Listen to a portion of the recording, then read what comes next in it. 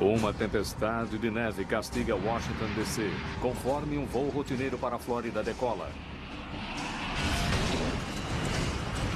De repente, a aeronave começa a trepidar. 24 segundos depois, ela se choca contra uma ponte movimentada e cai no rio congelado abaixo. 78 pessoas estão mortas e um esforço desesperado de resgate tem início. Como um voo rotineiro se transformou num dos mais terríveis acidentes da história da aviação? Agora, uma equipe de peritos tem que descobrir o que exatamente causou a queda do voo 90 da Air Florida.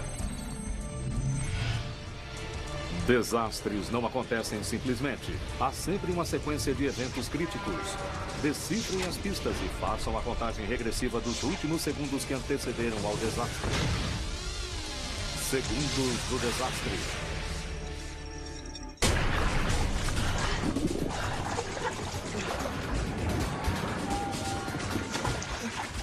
Este homem sobreviveu à queda de um avião.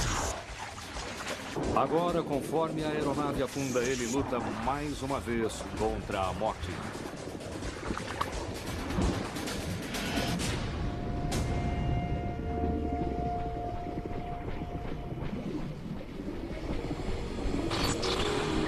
Acidente aéreo em Washington, Estados Unidos. Washington, D.C. 13 de janeiro de 1982. 12 horas e 30 minutos.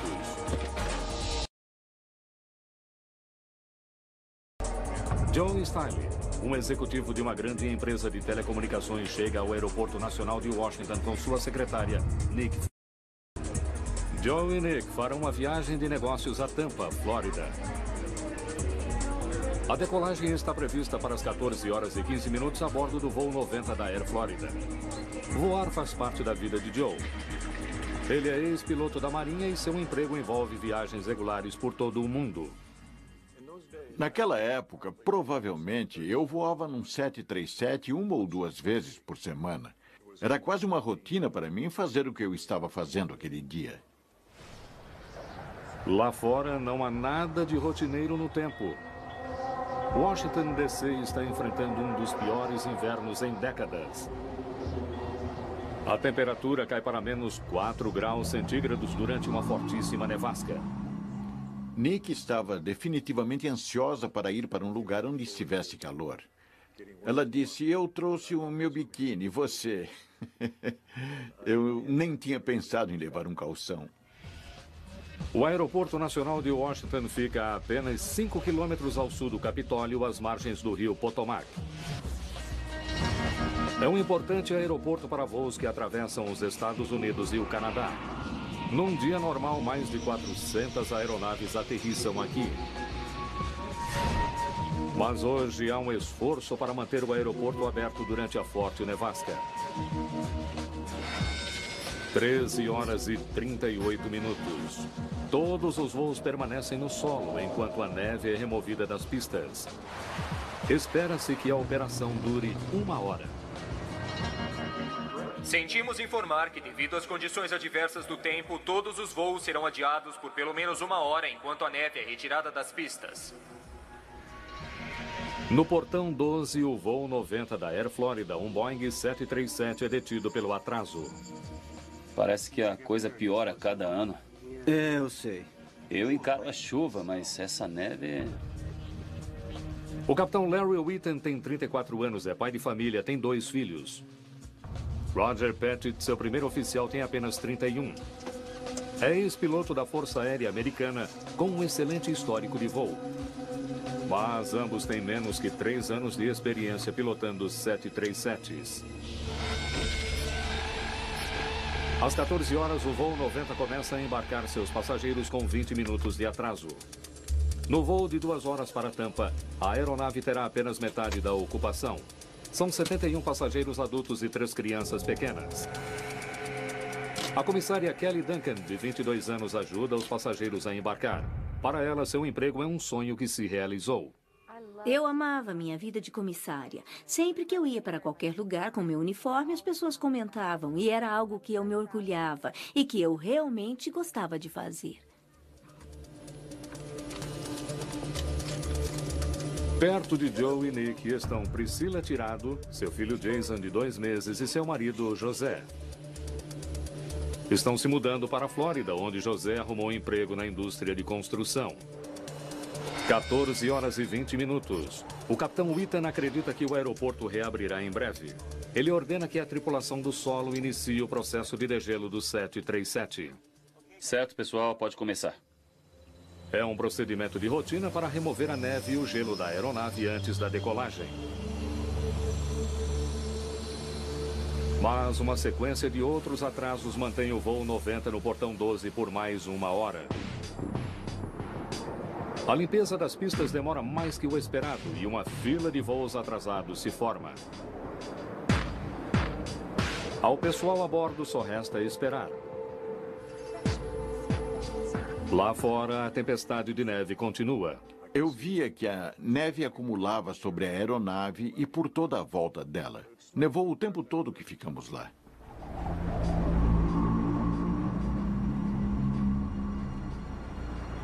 Quando a tripulação recebe a autorização para decolar do portão 12, há outro atraso.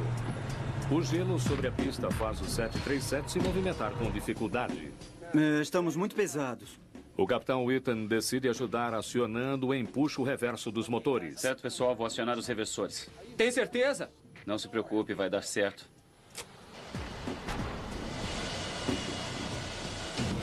(15 horas e 35 minutos). O voo 90 inicia o taxiamento pela pista com 1 hora e 20 minutos de atraso. É um alívio para a comissária Kelly Duncan. Quando começamos finalmente a nos movimentar, foi maravilhoso, porque pensei, finalmente estamos a caminho. Whitten e Pettit fazem sua checagem pós-partida. Antigelo. Desligado. APU. Acionado. Então o voo 90 fica atrás de outra aeronave que se prepara para decolar. 2 saídas pelas janelas no centro da aeronave e 2 portas na frente. A coisa tá feia. A pior nevasca que eu já vi. Os cintos se desafivelam assim. Os 2 pilotos veem neve sobre as asas. Pettit fica preocupado. Já faz tempo que fizemos o degelo. 15 horas e 59 minutos. O voo 90 recebe autorização para a Voo decolagem. 90, posição e aguarde. Comissários, por favor, aos seus assentos. Ao fundo da cabine de passageiros, Kelly Duncan afivela seu cinto. Joe Stiley, Nick Felt e Priscila Tirado estão a alguns metros de distância. 15 horas, 59 minutos e 45 segundos. Aceleradores. O 737 finalmente começa a acelerar pela pista. Segundos depois, as leituras de propulsão saltam bem acima do nível normal para a decolagem. Nossa, olha isso. Tem coisa errada, não acha? Pettit reage reduzindo levemente a aceleração. Mas agora eles demoram mais que o normal para atingir a velocidade de decolagem de 144 nós. Tem coisa errada. E há leituras estranhas no painel de controle. 120. Joe Stiley fica preocupado. Não estávamos nem perto da velocidade normal que eu sentia toda semana num 737. Acelerar naquela pista foi como dirigir numa estrada de terra cheia de buraco. O voo 90 finalmente atinge a velocidade de decolagem. Calma. E sai do chão. V2. De repente, o nariz guina para cima acentuadamente e a aeronave começa a trepidar. Na cabine, alarmes alertam os pilotos que o voo 90 estava na iminência de entrar em situação de stall. Pra frente. Pra frente.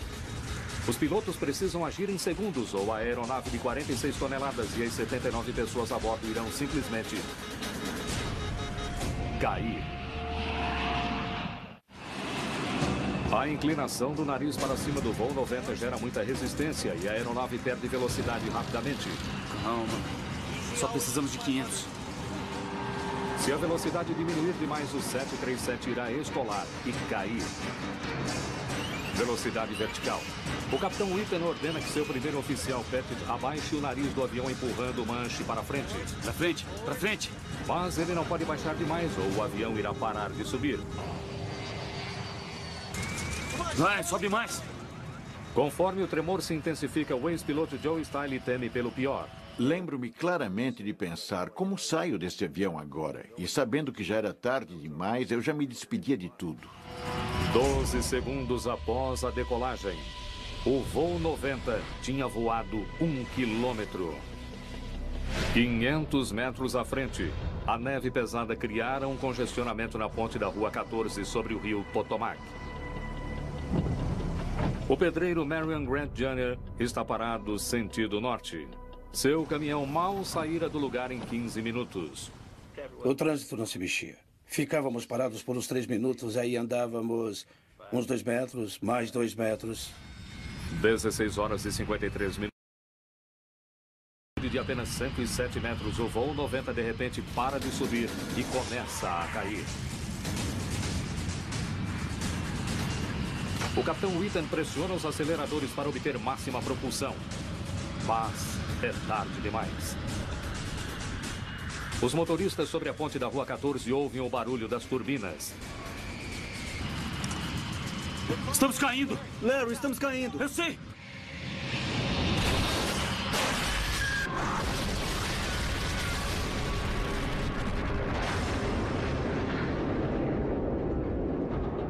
Joe Stiley fica desacordado conforme a fuselagem do voo 90 se parte em 4 pedaços. Eu me lembro da sensação de ter apagado.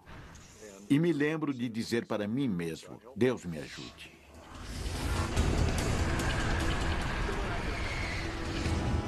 A asa do voo 90 vira o caminhão de Marion como se fosse de brinquedo, mas ele consegue escapar com vida. A carnificina sobre a ponte é horrível.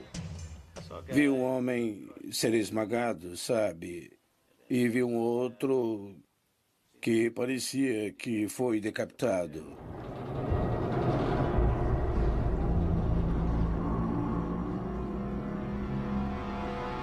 Joe Stiley recobra a consciência.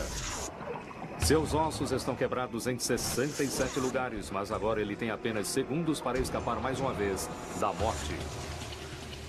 A água estava no nível do meu nariz e subia rapidamente. Levei uma eternidade para soltar minhas pernas, porque as poltronas haviam se soltado. E eu me estiquei para tentar soltar a Nick.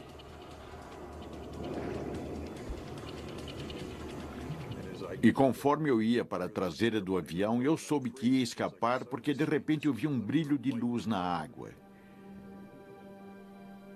Vi que estava livre e comecei a subir.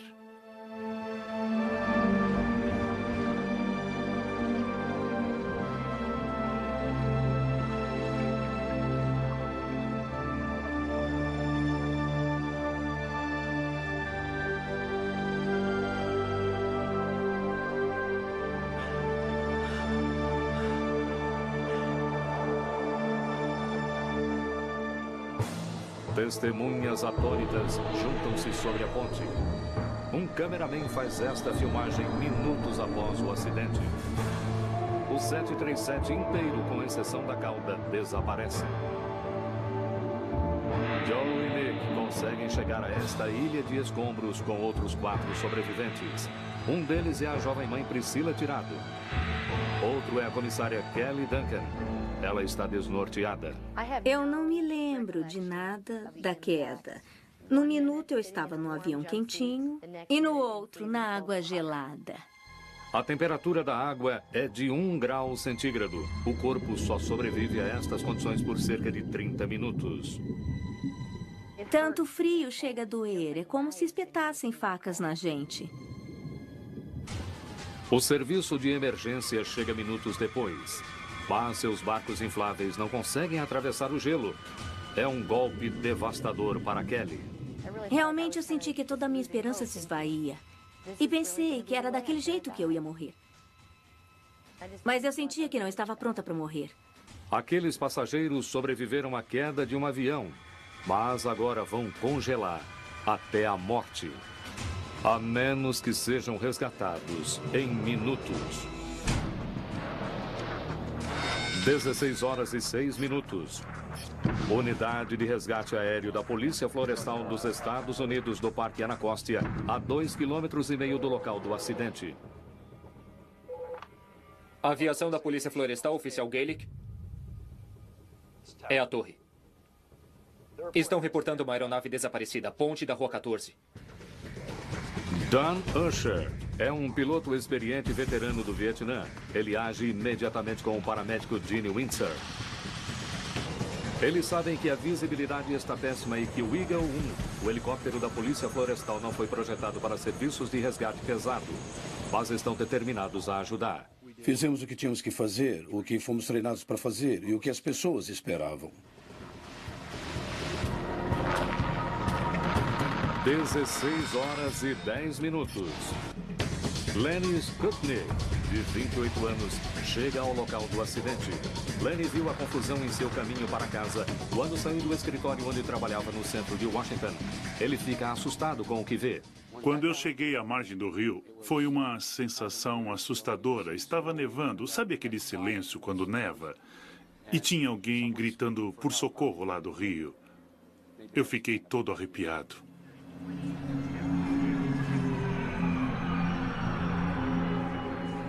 O Eagle 1 está voando quase às cegas.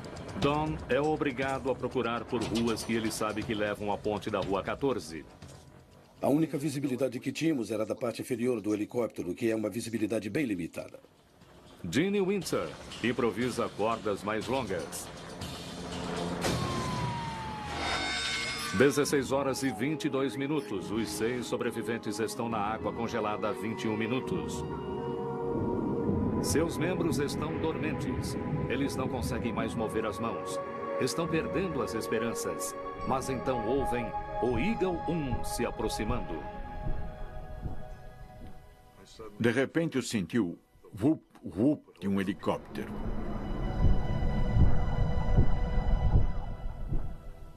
Então deu para ver o helicóptero da Polícia Florestal. E o alívio que eu senti naquele momento é indescritível.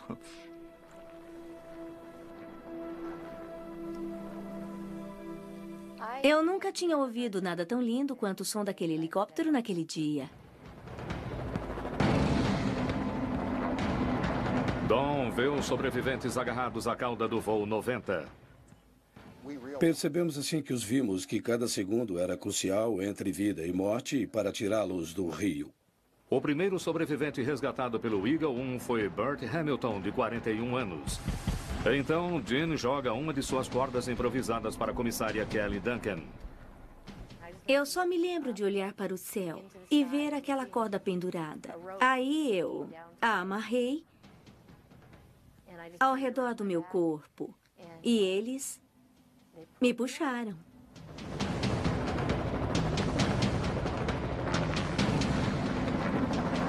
Agora, Don e Gene tentam acelerar o resgate jogando duas cordas. Joe Stiley pega uma delas e coloca o braço em volta de Priscila Tirado, a jovem mãe. Nick Felt, a secretária de Joe, pega a outra corda. Mas, para o horror de Joe, ela está ferida demais para segurar.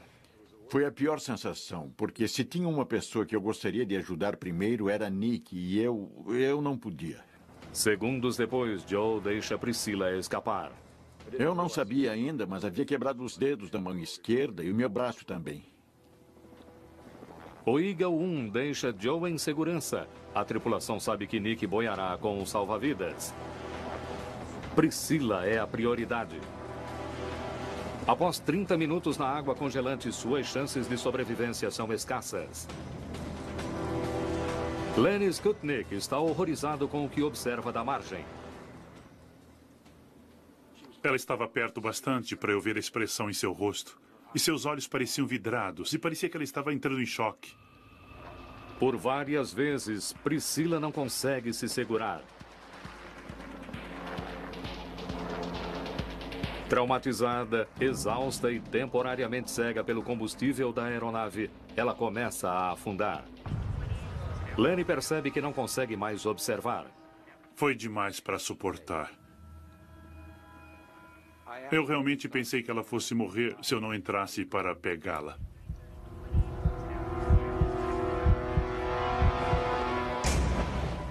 Ele pula na água congelante e arrasta Priscila para a segurança. Acho que é o instinto humano. Eu não pensei nem analisei. Fui e fiz.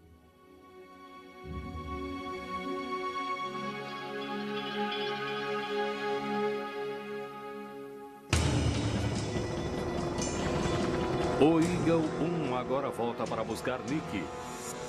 Mas ela está fraca demais para segurar a corda. A tripulação reage com seu resgate mais audacioso. Jenny pisa sobre o trem de pouso, agarra Nikki e a leva para a segurança.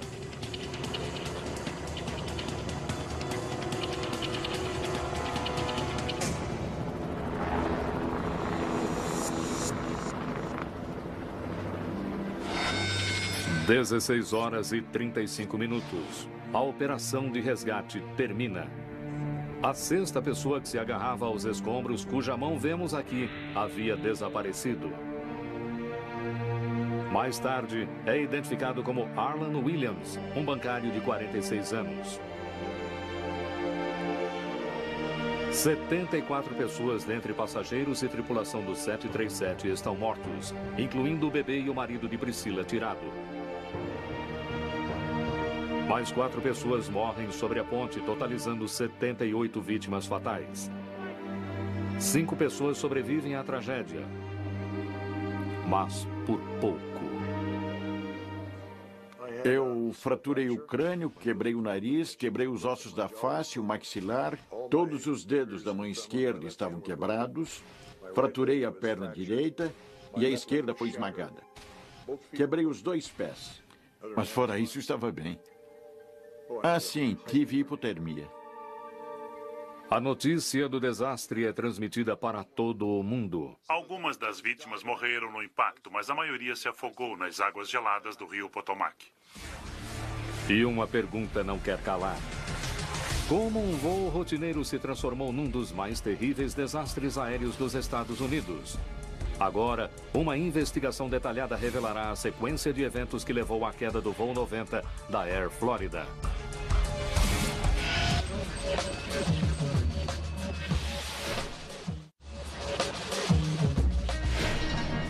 Na época do desastre, Bill Hendricks era o chefe de investigação de acidentes aéreos do Conselho Nacional de Segurança nos Transportes. Ele é ex-piloto da Marinha Americana com mais de 20 anos de experiência como investigador de acidentes aéreos. 13 de janeiro de 1982. Hendricks fica sabendo do desastre logo após as 16 horas. Alô, Bill Hendricks. É uma das ligações mais importantes de sua carreira. Eu sabia que haveria muita pressão quanto a essa investigação. A tragédia foi em Washington, D.C. Muita atenção do Congresso, da mídia. É a capital dos Estados Unidos. Te dou um retorno. Hendricks procura por seu braço direito, Rudy Kapustin, que cuidará do dia a dia da investigação. Imediatamente eles acionam a equipe em alerta. Uma equipe de peritos do Conselho Nacional de Segurança nos Transportes, apostos 24 horas por dia, para lidar com grandes acidentes aéreos. Os investigadores chegam à ponte da Rua 14 mais tarde naquela noite. Os carros amassados indicam que o voo 90 havia mergulhado acentuadamente. Ele bateu sobre 4 ou 5 veículos e os amassou totalmente, como panquecas, antes de mergulhar na água. É só isso que sabiam ao certo. A pergunta era, o que causou o desastre? Há muitas possibilidades, desde uma falha mecânica catastrófica até erro do piloto, até mesmo sabotagem. Mas a tempestade de neve era o suspeito mais óbvio. Eu tive a sensação que, de alguma forma, o tempo ruim teve a ver com o acidente. Mas Hendricks sabia que essa não seria toda a história. Dezenas de outras aeronaves decolaram do mesmo aeroporto no mesmo dia, sem se acidentar. O que aconteceu ao voo 90 foi exceção. É um mistério. E resolvê-lo não será fácil.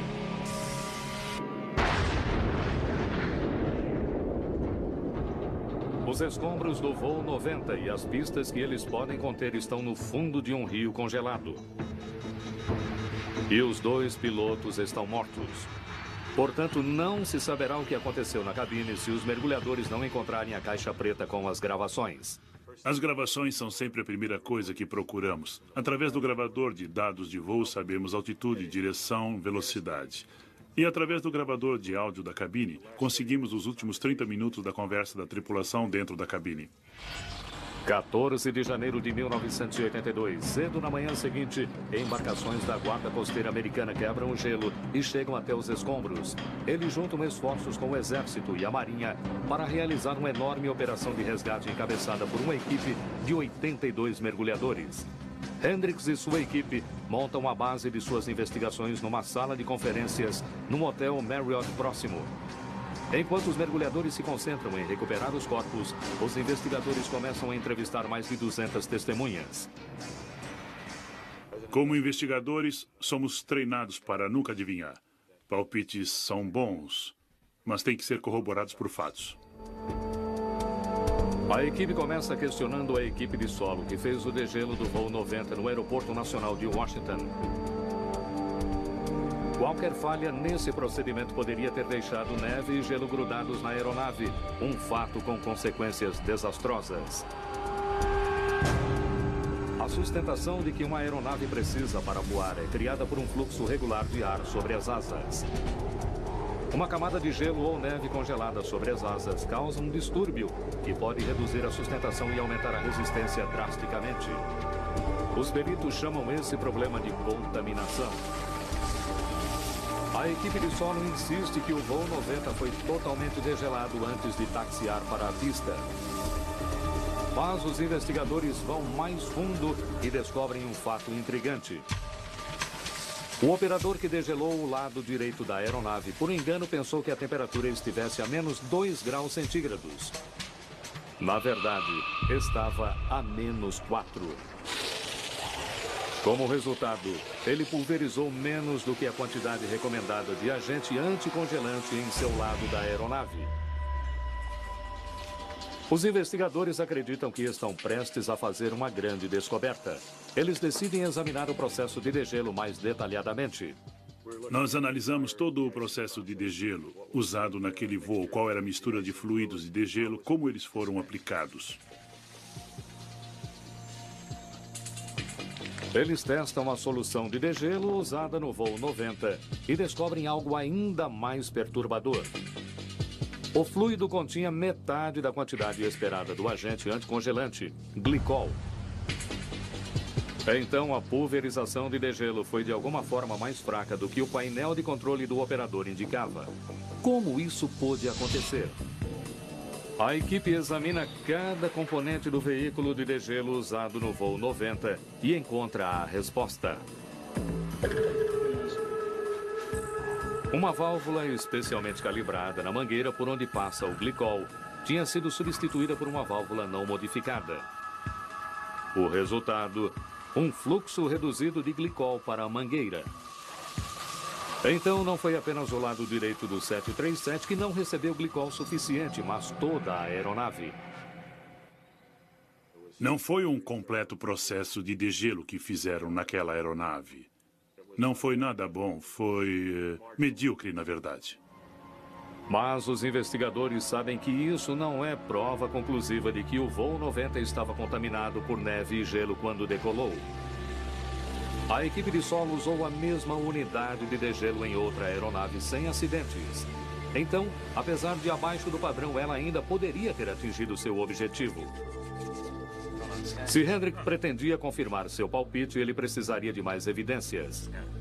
O que a equipe descobre a seguir é um choque para todos. Certo, pessoal, vou acionar os reversores. O capitão Whitten acionou os reversores de turbina quando saía do portão 12. A reversão de turbina é um procedimento normalmente usado como sistema de freio quando um avião pousa. Tem certeza? Ela não deve ser usada antes da decolagem em condições de muito frio por uma simples razão. Ela redireciona o jato de ar quente que sai na traseira dos motores para a frente da aeronave. Isso pode lançar uma grossa camada de neve sobre a asa e nas entradas de ar das turbinas. Em temperaturas abaixo de zero, essa camada de neve pode voltar a endurecer em minutos. O uso da reversão de turbina é outra evidência de que neve ou gelo podem ter causado o desastre. Essa foi uma má decisão do piloto. Não foi uma boa ideia.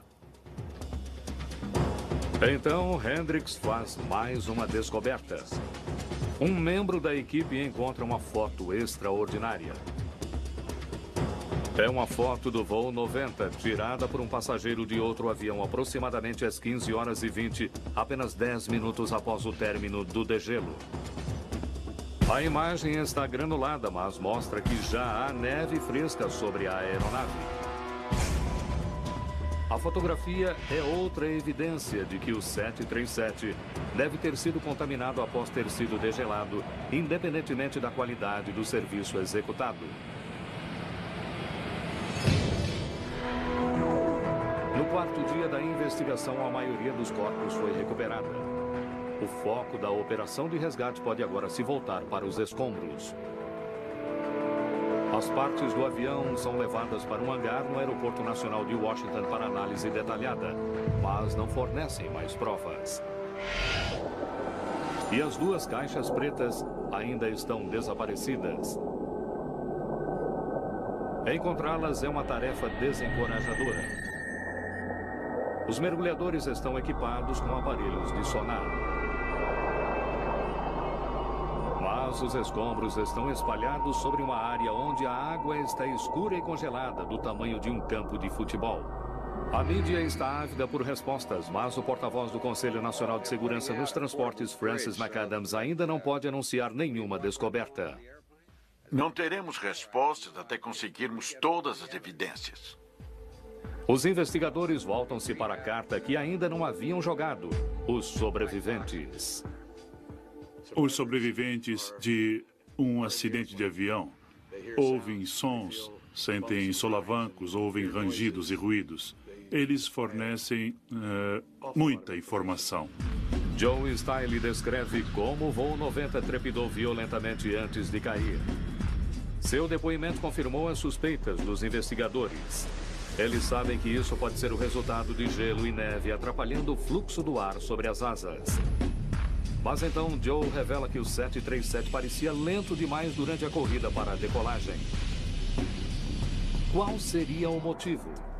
Outras aeronaves não tiveram esse problema, apesar da condição de nevasca. Hendricks e sua equipe ficam confusos. Namore alguém que te olhe como Richard. Então, 7 dias após a queda, um mergulhador capta um sinal fraco. Ele o segue pela água gelada até que consegue avistar alguns escombros sobrepostos. Cuidadosamente, ele afasta os pedaços de metal afiado e acerta na mosca. No foco de sua lanterna, ele vê um dos gravadores de dados, depois avista o outro. É o momento pelo qual todos os envolvidos na investigação esperavam. Após a descoberta, o mergulhador ergue um dos gravadores sobre a cabeça em sinal de vitória. Um grande momento para a equipe de resgate depois de uma semana de frustrações.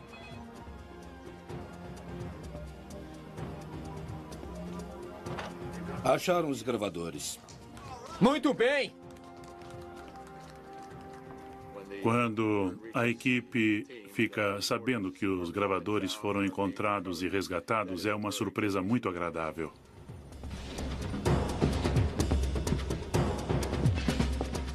Os investigadores levam as caixas pretas ao laboratório. Após dias de especulação, eles estão prestes a descobrir exatamente o que aconteceu nos segundos que precederam a queda. Eles estão empolgados, mas também sabem que estão prestes a ouvir a voz de pessoas mortas no desastre.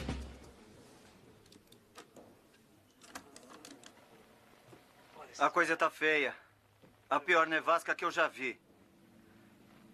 Já faz tempo que fizemos o degelo. A equipe fica perplexa quando percebe que os dois pilotos estavam vendo neve sobre as asas e não voltaram para realizar uma nova operação de degelo. Essa asa tem cerca de 1 centímetro de neve em toda a extensão.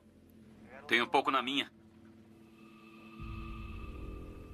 Eu fiquei surpreso, perplexo, chocado mesmo, porque, sob as leis, as regulações do Espaço Aéreo Federal, não é permitido decolar com neve e nem mesmo gelo sobre as asas. Seria esse o motivo do voo 90 ter erguido a dianteira segundos após decolar? Como os investigadores sabem, o Boeing 737 tende a guinar para cima acentuadamente se as asas forem contaminadas por gelo ou neve. Mas, justo quando as evidências pareciam estar se encaixando, eles percebem que alguma coisa não está batendo. Eles ficam perplexos pelos comentários do primeiro oficial Pettit sobre as leituras de seus instrumentos. Nossa, olha isso. Tem coisa errada, não acha? Para tentar descobrir o que o estava preocupando, os investigadores estudam o gravador de dados de voo. Imediatamente surge outro mistério. Eles descobrem que o sobrevivente Joe Stiley estava certo. O 737 levou 45 segundos para atingir a velocidade de decolagem, 15 segundos a mais do que o normal. Se a aeronave estava contaminada por gelo e neve, isso poderia ralentar um pouco a decolagem, mas não por 15 segundos. A equipe percebe que havia mais alguma coisa errada com o 737 e eles não sabem o que. Eles podem ter voltado à estaca zero.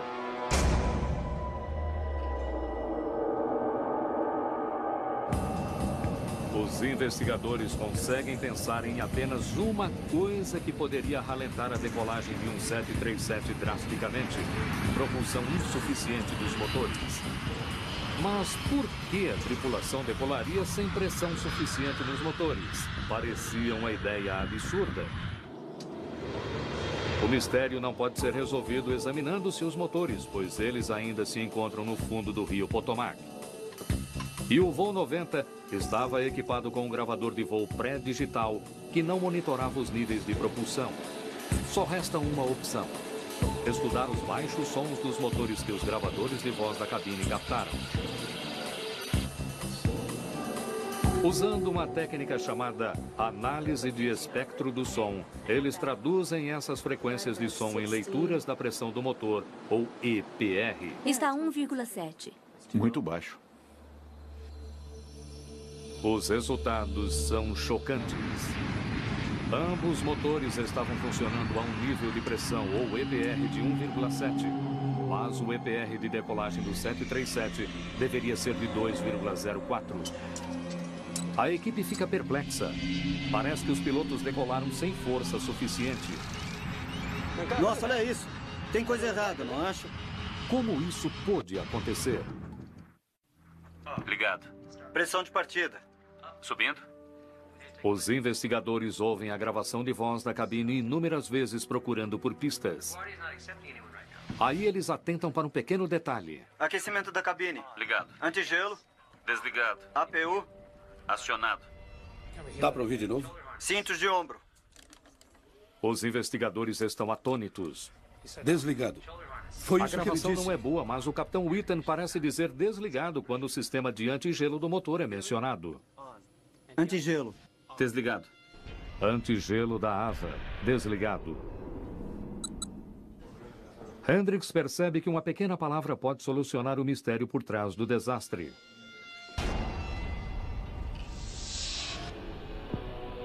Ele sabe que as leituras da pressão para cada motor são produzidas por dois sensores, um na entrada e outro na saída. Juntos, eles produzem leituras de propulsão medindo a razão entre a pressão do ar na frente e atrás do motor. Mas se o sistema antigelo do motor estiver desligado, camadas de neve podem congelar na entrada dos sensores. Em outros 737s, isso fez com que os sensores enviassem aos pilotos leituras errôneas de pressão, leituras mais altas do que a pressão de fato produzida pelos motores. Se isso aconteceu ao voo 90, a tripulação poderia inadvertidamente ter decolado sem a propulsão suficiente. Essa poderia ser a última peça do quebra-cabeça. Os investigadores analisam os históricos dos pilotos e descobrem que nenhum tinha experiência de voo em condições de inverno. Mas também descobrem algo mais perturbador. Nos últimos 2 anos, o capitão Whitten teve que refazer 2 testes rotineiros de proficiência por ter tirado notas baixas. Suas fraquezas incluíam adesão às regras, uso do checklist e conhecimento dos sistemas da aeronave. A revelação vem ao encontro da teoria de que erro de piloto foi uma das causas do desastre. Mas ainda faltam 2 grandes evidências. Os motores do voo 90. Sem examinar os motores, a equipe não pode provar que o sistema anti-gelo estava desligado ou que a queda não foi causada por uma falha do motor. Então, os esquadrões de resgate tiram os motores do rio. 13 dias depois do desastre, eles são levados aos fabricantes, Pratt e Whitney, para serem examinados. Os técnicos desmontam os motores e cuidadosamente procuram por sinais de problemas mecânicos, mas não encontram nada. Então eles inspecionam o sistema anti-gelo. Um por um, eles checam os tubos que levam o ar quente para as áreas-chave dos motores. Os resultados são decisivos. As válvulas internas estão fechadas. O sistema anti-gelo não havia sido ligado. Isso seria suficiente para derrubar o voo 90? Para descobrir, a equipe realiza testes no simulador de voo do 737 da Boeing. Para sua surpresa, uma propulsão reduzida de 1,7 EPR é suficiente para manter uma aeronave voando. Mas então, quando a equipe adiciona os problemas criados pela contaminação de gelo e neve, eles chegam ao resultado pelo qual tanto trabalharam. 13 de janeiro de 1982. Uma série de fatores se combinam para encorajar um acúmulo de neve e gelo no voo 90. A aeronave receberá apenas metade da quantidade recomendada de agente anticongelante. Maiores atrasos fazem com que mais neve acumule sobre o 737. E o uso da reversão das turbinas pode ter borrifado neve sobre as asas e os importantes sensores de pressão. 23 minutos para o desastre. Antigelo. Whitten e Pettit deixam o sistema antidegelo dos motores desligado. Como resultado, os sensores de pressão nos 2 motores congelam, fazendo com que as leituras enviadas para a cabine sejam maiores que as reais. 14 minutos para o desastre. Os pilotos percebem uma grossa camada de neve sobre as 2 asas. Esta asa tem cerca de 1 centímetro de neve em toda a extensão. Mas, ao contrário do que ditam as normas, eles não voltam para fazer um novo degelo. 1 minuto e 3 segundos para o desastre. Pettit fica confuso com leituras estranhas no painel de voo. Nossa, olha isso. Tem coisa errada, não acha? Mas seu capitão decide continuar com a decolagem. 24 segundos para o desastre. O voo 90 decola com indicadores marcando um nível de pressão de 2,04. Mas, devido ao congelamento dos sensores de propulsão, a verdadeira pressão é de apenas 1,7 EPR. Ao mesmo tempo, o gelo e a neve sobre as asas atrapalham dramaticamente o fluxo de ar, reduzindo a sustentação. Isso muda a aerodinâmica do 737, fazendo com que o nariz guine para cima acentuadamente. A resistência resultante reduz a velocidade, o que por sua vez reduz ainda mais a sustentação. 8 segundos para o desastre. A perda de sustentação atinge um nível crítico. A uma altitude de apenas 107 metros, a aeronave de 46 toneladas escola e cai. Estamos caindo! Larry, estamos caindo! Eu sei! 16 horas e 1 minuto, o voo 90 atinge a ponte da Rua 14.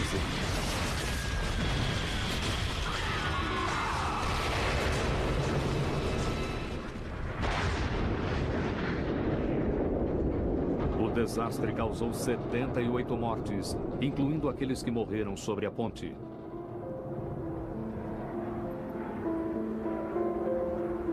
Após sua recuperação, o sobrevivente Joe Stiley deixou seu cargo de executivo para trabalhar por conta própria. Ele fica tomado por emoção durante uma rara visita à cena do acidente. Mais que qualquer coisa, aprecio os 24 anos que vivi desde lá. Eu vi meus filhos crescerem, eu segurei a mão do meu pai quando ele morreu. Podia ter perdido isso.